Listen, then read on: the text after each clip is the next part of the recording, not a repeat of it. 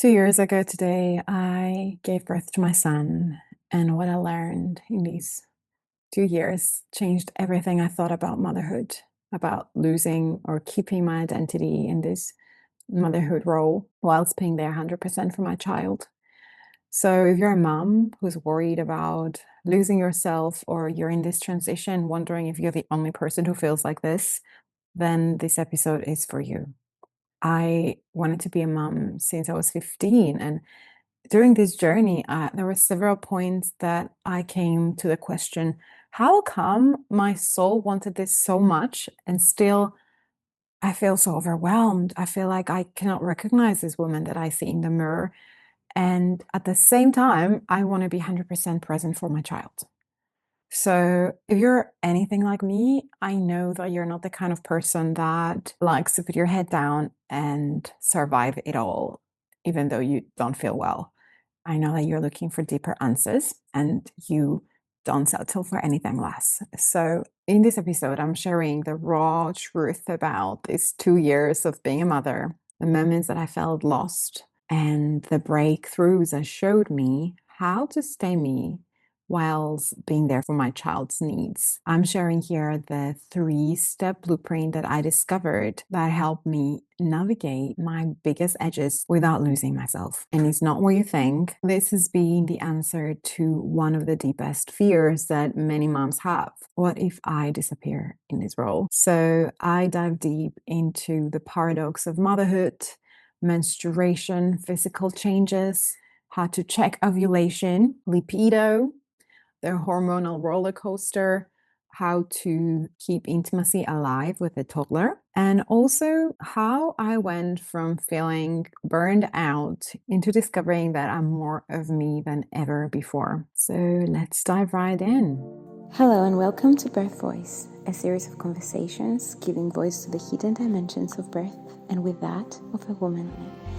Here, we talk about birth, sexuality, pleasure, and shine light on the wise, wild, and innocently sensuous nature of being a woman. Birth Voice is brought to you by womanawakenings.com. And welcome to another episode of Birth Voice. Today is a very special day because exactly 2 years and 2 hours ago, I gave birth to my son and I became mother for the first time.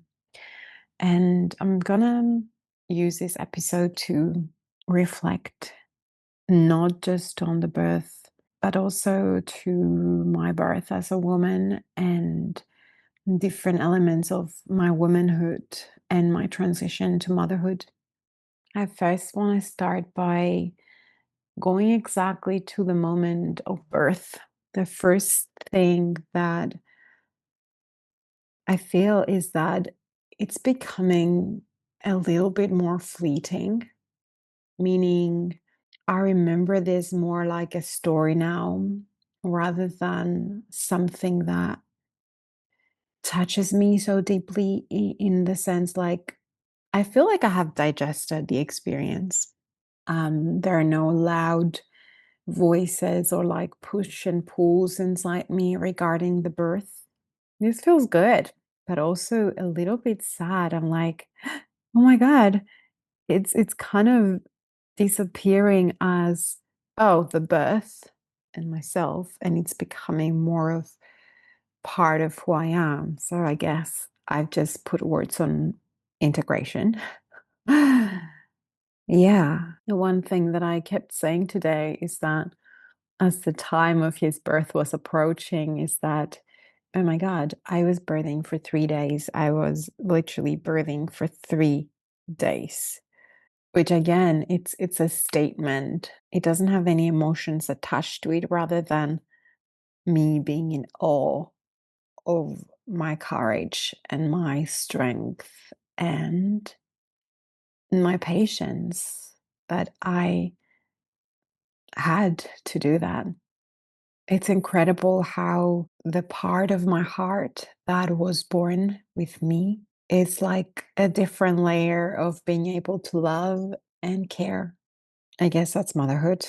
But now it's like tangible. I can feel it in me. I can feel it from the way I touch and caress my baby, all the way to the invincible things that were born in me, and in that recognition of it in myself, I see it in others and I feel it in other people that are parents as well. And this is so beautiful. It's so enriching to who I used to be. It's like a next level, really. So for me, honoring this day means that I don't just celebrate my son and celebrate that he's alive and he's here with us. I had a discussion the other day with my partner, talking to him about we always keep talking about our daughter who's still not here, but I've always felt her even before I met Michael. I felt two children, a boy and a girl. And interestingly, he feels her too. So sometimes we keep saying like, "Oh, I can't wait that she's here with us too." And I felt like, "Oh my God, this is just another dimension of how I already know our family constellation to be." So bringing the child forth into a human form, it's really something, it's just a different dimension of what already exists in the spirit world. Mm. Especially being able to feel that and sense how he was always here with me, and now he's just here. The next thing I want to talk about, which is the paradox that I've met in these 2 years of motherhood, is like, I don't think I have ever experienced anything which we with such a paradox as is motherhood, because you're kind of like so tired and on your edge, and at the same time, like maybe next moment your baby looks at you and you feel like you can just melt, you know. So that by itself is kind of like a spark to keep going on loving and caring and enduring, at least for me. And definitely I have to say that through this process of birthing for 3 whole days and going above and beyond my limits. Last year, I have recorded an episode about revisiting birth a year later, and that was the point. Like, I was still digesting receiving the gifts, but speaking about it right now feels like, yeah, I can just name and feel viscerally the gifts that I gained. So patience was definitely number one big thing that I feel like I would never expect myself to be so patient. And yet birthing three days, that feels like is what I needed to be born Stephanie plus patience, like honestly, plus all the other cocktail of qualities that I've gained. But patience is definitely one of them. And I remember recently in our trip to Ikaria Island, where I was climbing these hills and like literally the rock climbing down and up, and with Aryan on my back, I kept saying to myself, I think that if I was not birthing for 3 days and I didn't have the specific kind of birth that I had, I would have turned back like 10 times by now in this path. But it is like this endurance, which is almost like reaching your edge and letting it melt. And in that moment of transcendence is almost like you're gaining the qualities that you need to keep going. And interestingly, it's not suffering. I feel like there is a difference between going to your edge and having all the resources, or discovering the resources to expand, which is different than mm, suffering, staying there and suffering. And I feel like the thing that makes the difference is the element of acceptance and understanding and deciding. Yeah, accepting, understanding. Well, first is understanding, then accept, then deciding, and then accepting, or accepting and then deciding. They all work together, I think, to help this keep going part. And to be honest, I have faced the same kind of quality or the same type of situation whilst being a mother, like the same kind of quality that I needed to meet in myself whilst birthing, I had to use and keep meeting in my motherhood journey with different things. Like, for example, mainly when it comes to breastfeeding and sleep, because this is one thing that I would say the hardest thing for me in my motherhood journey so far has been the mm, adapting to less sleep, or learning to function with less sleep. So in this journey of breastfeeding, specifically in combination with the lack of sleep, as in like just to put things into perspective, Aryan wakes up minimum 3 times per night. So there was this point, there have been at least 4 times where in these 2 years that I came to my limits, really. And I feel like the moment I was meeting that edge, something was happening inside of me where I could find the strength that I needed to keep going. And I think it comes down to these three qualities that I named, which is understanding. In case of breastfeeding, it was, oh, will I actually improve sleep if I stop breastfeeding? I needed to gain information and understand that. Then deciding what I want to do, and then accepting the situation. And of course, all this is fueled by love, just like the breath in birth, where it's like receiving every wave with breath.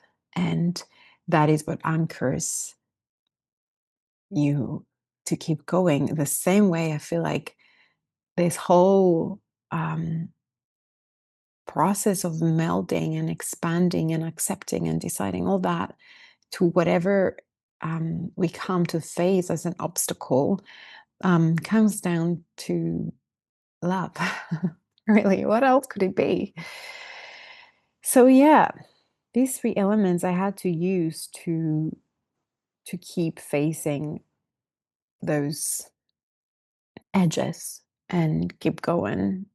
Yeah, or finding my way to not to adapt but to adjust different things, and like but more is more. I feel it in my heart, is this strength that my heart has to love even deeper, to care even deeper, and to, in essence, expand to more capacity to what I am capable of. And that's all because of motherhood. That's all because of what I went through as a taste, a very big bite of that cake, actually, um, but also as an ongoing process of expanding. So yeah, this belongs to more like subtle, unseen changes that took place in me. Mm. I want to touch on a little bit on the more physical, tangible things, how I feel in my body, my hormones, my sexuality. So, of course, the first year, it was like I had a different body in all sorts of ways. Like literally, even my hair changed. I used to have these luscious curls, and now they're gone. I keep saying that I passed them on to my son, and now he has them, and I just don't have them anymore. Which can happen, and it shows like the effect of hormones on our body in general. So I feel like, yeah, apart from the fact that I felt like different parts of my body changed, like my breast and my hair and even like my yoni changed. and it took time to like come to what I knew was or looked like my yoni before, even though it's definitely not the same. Um, so it felt like the whole physical body was also going through this adaptation period.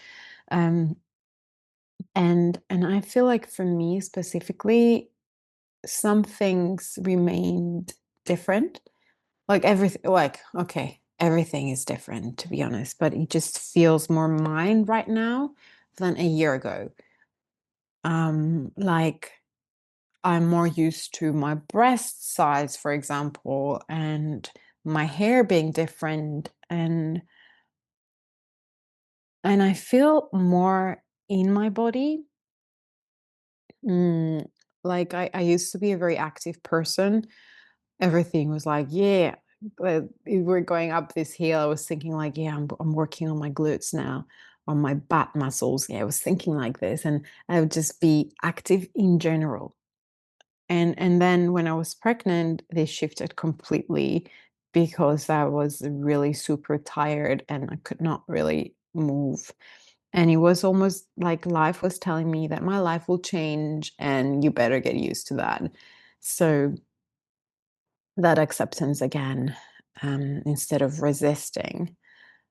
Um, and that's what brings the suffering, by the way. When we're resisting, then that brings the suffering instead of accepting it really or deciding what else you want to do with the situation.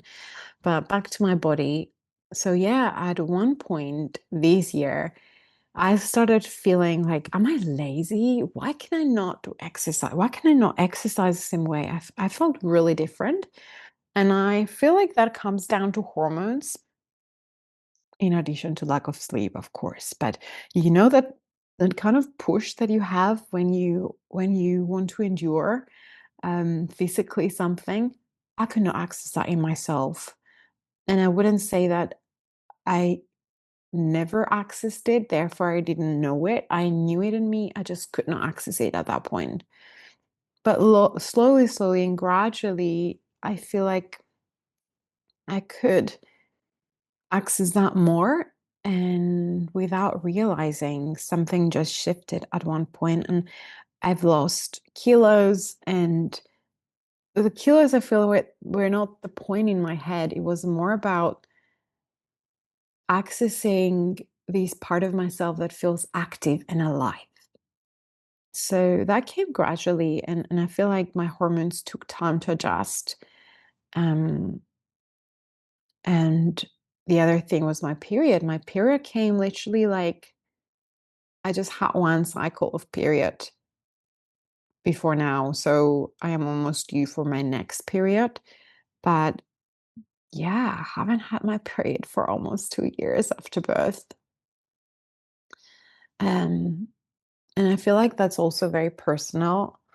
But regarding that, I would say that I observed that my body was ovulating a couple of months, at least 3 months before my period came.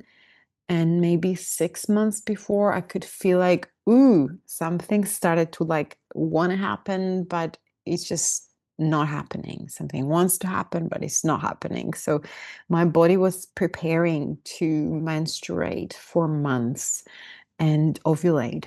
Um, and if I think about it, it's really natural because you're nurturing a baby, you're so tired, and why would nature want you to procreate? So I had ovulation for about 3 months, and I would know that because of my cervical fluids.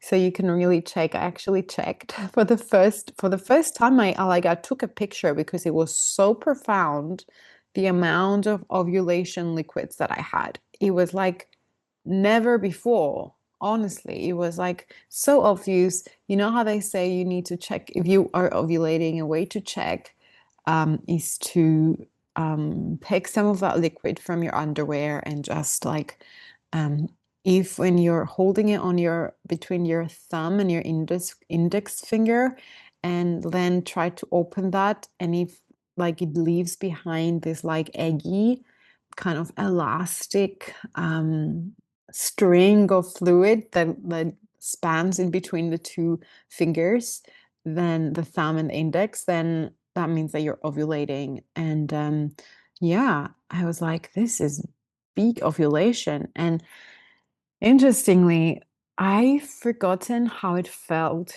to feel my sexual energy rising. And it actually feels different, but I would just go and kiss my partner and he would be like, "Are you are you do you want to make love?" And I was like, "Well, no, I'm just kissing him." Like, "Come on, I can smell it. I can smell you. Your smell is different and also the way you kiss me." And then it kind of clicked in me, but even the way I approached my partner was different. So for that part of myself, I'm like meeting myself as a new person in that right now, because it's not like it's not like before. So I am exploring how that looks like. Yeah, and definitely, about our sexuality, there's so many factors that are um that have a role to play when it comes to our libido. And for example, sleep, nutrients, if we're depleted, sleep deprivation, nutrients deprived. So those will have a role on our hormones and our libido. But apart from that, I feel like the body is still adjusting after birth. And for every woman, it would be different. But for me, it just, yeah, took about 2 years to finally feel a little bit of juiciness in my body. Um, yeah, so that's sexuality. Now, intimacy, that's an interesting one because honestly, right now, the number one person that I have the most intimacy with is my baby. And that is because we co-sleep still. Well, he had his own bed and bedroom since March of this year. So not even a year long yet. But so I try to sleep. We have our own bed. But halfway through the night, I'm with him anyway. So I am with him, breastfeeding him on demand when he wakes up in the night. And sometimes it's just more convenient to stay in his bed rather than, oh, get up and go to our bed. So proportionally, I am more intimate with my baby than with my partner at this stage of our life. Um, and I feel fulfilled with that. And when my period came, it just feels like a part of me is back, literally, the cyclical nature. So with that, I feel more more open to intimacy. I mean, like we always hug and we always touch with my partner. And this is like something that even we when we are not we don't make love as regularly, like we don't right now. For example, we just feel that connection through touch is really important for us. But yeah, I'm kind of noticing how the need for intimacy that I had before my baby um, decreased because a portion of it is received through intimacy with my child. And of course, this is not to substitute the intimacy with my partner or the intimacy with myself, but I kind of feel like mm, it takes so much of me or from me. And um, yeah, it's like there is not this deep necessity. I am not dismissing my need and desire for my partner or to myself, but I just feel like, okay, the time that I have, I'll just rather sleep. you know? So this is where we are right now, and I feel like it's evolving the relationship to my sexuality and my sexuality, my shared sexuality with my partner. The other subject I want to touch on is my identity through my work. Wow, and this has been a big one for me. Like, since I gave birth, I feel like I always had at the back of my head that I did not want to leave my other baby, which has been my business, die. And in retrospect, looking back, I feel like it wasn't so much about the fear of letting what I've created die. It was more about the fear of losing my identity, of letting go of how I experienced myself as a facilitator, like a tantric practitioner, holding workshops, teaching, like all of that are actually real things that I really, really, really enjoy. And like naturally and organically, I just love it, and the fear of not feeding that was kind of blended with the fear of letting go of that part of me, because what if I let go? Would it die? Would it ever come back? But so in this process of like these 2 years, there have been many points, like anchor points where I would, or pivotal points where I would say to myself, Steph, by thinking you don't want to lose it, by thinking that you're letting yourself back, you're not also letting yourself go forward. And therefore, part of me was living in my past, being fearful of letting go. So this letting go came gradually. It was not like a boom and yeah, I could let go. No, that would be actually traumatic. So there are moments of deep acceptance and deep deciding to um, let go. And some moments were more powerful, more impactful than others. That literally I would have to grieve and yeah, and even receive lessons, painful lessons, in order for me to decide to let go. Because what was happening was I was still trying to operate in my business from my previous state. I was still operating from my previous state. So I was not fully letting myself evolve, expand, and land even to my new self. So when this gradual letting go, and I said this came in pockets. This surrendering process came in pockets, which allowed me to have a more smooth landing, let's say it like this. Even though I have to say that, like the last one, which came with the burnout, it was pretty like a slap on my face to let go, to decide the now instead of letting my past and the fear of dying, literally letting my identity evolve, hold me back. Because, yeah, that's what was happening. It was holding me back. So the moment I decided that, all right, I see now, I hear, I see what's happening here, then everything just changed. And one question that was mm, kind of bugging me was, how come I desired to be a mother for so many years, and that was not just like a desire of my ego, it was more like a soul calling. So how come I wanted this so much, and now that I am here, it feels like it's consuming me instead of giving me.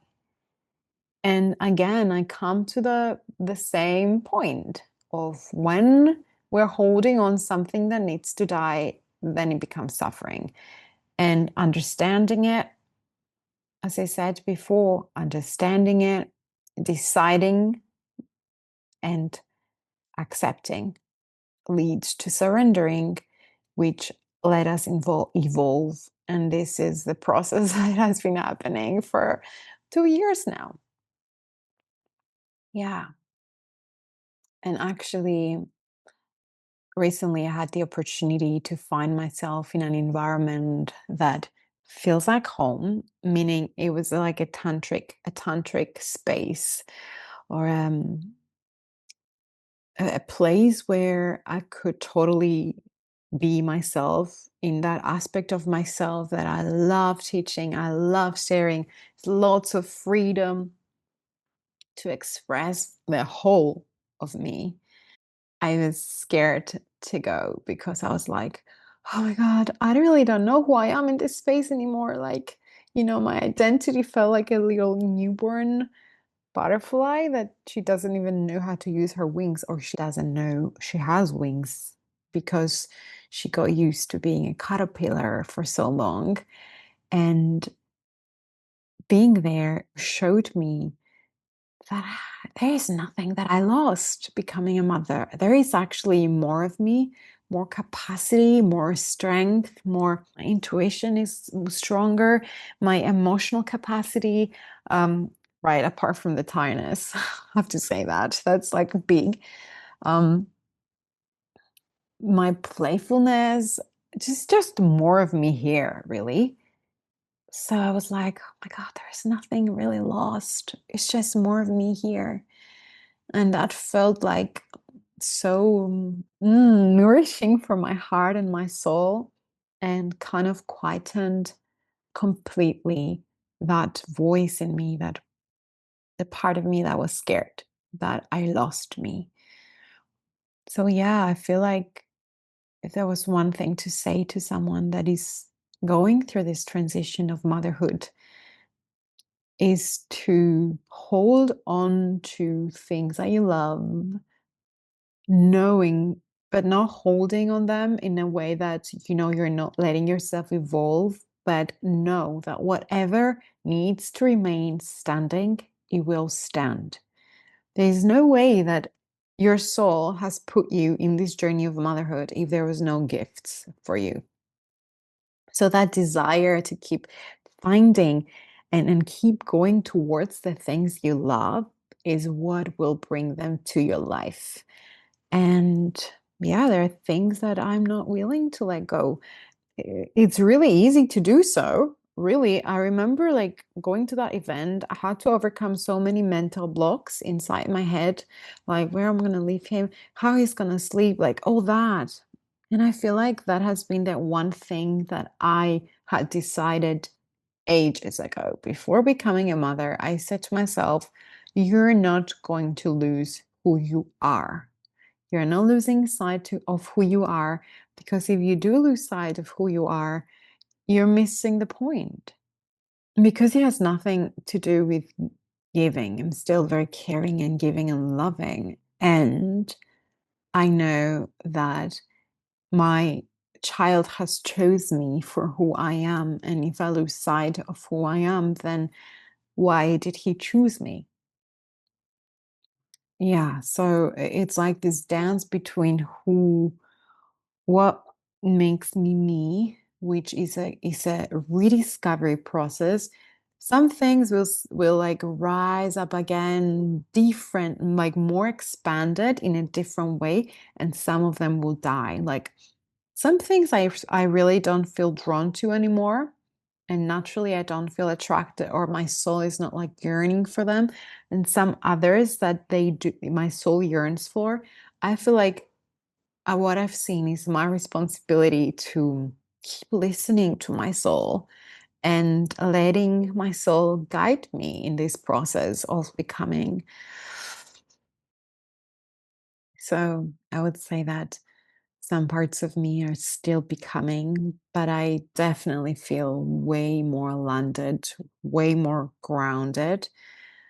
because for some time I felt like I'm not here and I'm not there. I felt like a dark night of the soul, but yeah, in a different, more expanded way. You will get somewhere, but you have no idea when and how and where you will land. So if you're listening and you are in this transition, you know that this is normal. Find things that anchor you back to yourself and know that they will come in their own time. Keep letting go, keep accepting. And just one note here in the accepting and the surrendering part, I always like to call the active surrender because it's different than the passive surrender. You are surrendering by choice. And it feels different than a passive surrender out of victimhood and out of like mm, no choice, really. Oh, what to do? I'm just gonna just accept. No, no. It feels different when acceptance comes from your integrity. And really, life will hit you hard until you accept in a way that feels good. Because what's the point of accepting something but dismissing the emotions that the acceptance of it brings you? So if that brings you fear, for example, you should like look into the fear. Or if it brings you like yeah, most down if you shrink things down, it comes to two emotions really, fear or love. So yeah, is that bringing me fear, or is that allowing more love in my heart? So that's how active surrendering works. Oh, and I had to do a lot of this the last 2 years, honestly. There's one more thing I want to touch on, which is my lineage. I feel like with my birth, the unconventional way that I decided to birth, at least to the standards of my family, and where I was, um, where in the way I was brought up, like my mom had two C-sections, so she never felt the intensity of birth in this way. I wanted to have a home birth, so that kind of broke the pattern in my lineage. And my sister told me the other day that, Steph, your birth was the only reference birth of someone close to me that I've had to bring another way other than the C-section. And she just like made me realize that the impact that it had on my lineage. Of course, everybody will take it and get the gifts and the perceptions that they need from an experience. It's like subjected to judgment and to individual views. But yeah, I just saw how like it really created a ripple effect of change in my lineage. Because actually, I do have stories of my grandmother's birthing at home, and it feels really close. And perhaps this is the sound that I was listening to that guided me to do this. Even if it didn't happen at home, I feel like people that are breaking the cycles are going through it the hard way, in a way, to open the path for the generations to come. And yeah, that's what it feels like in my case. Mm. And finally, I found the gift of my birth, because even last year, there was part of me that was still wondering, why did it have to happen this way?